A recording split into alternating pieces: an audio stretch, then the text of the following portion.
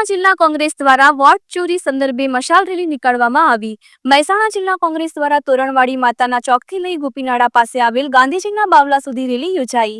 સમગ્ર દેશમાં આજે કોંગ્રેસ દ્વારા મશાલ રેલીનું આયોજન કરવામાં આવ્યું હતું, જે સંદર્ભે આજે મહેસાણા જિલ્લા કોંગ્રેસ દ્વારા પણ મહેસાણામાં મશાલ રેલીનું આયોજન કરવામાં આવ્યું હતું।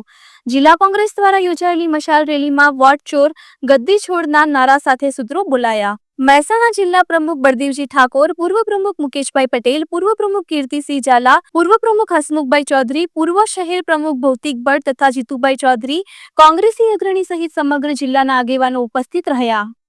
જિલ્લા કક્ષાએ અત્યારે હાલ મશાલ રેલી કાઢવામાં આવી।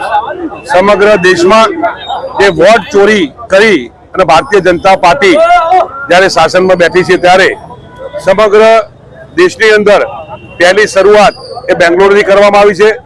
એક જ લોકસભાની અંદર 40,000 થી લાખ મત સુધીના જે ચોરી ડુપ્લિકેશન મતો ઘર નંબર 1 હોય, એક ઘરની અંદર 200 મતદારો હોય એવા ડુપ્લિકેશન મતોથી ભારતીય જનતા પાર્ટી આ મતોની ચોરી કરી અને જ્યારે બેસી છે ત્યારે સમગ્ર દેશમાં ને સમગ્ર રાજ્યમાં એનો વિરોધ કરવા માટે આજે સમગ્ર મહેસાણા જિલ્લાની પ્રજા આજે મેદાને ઉતરી છે।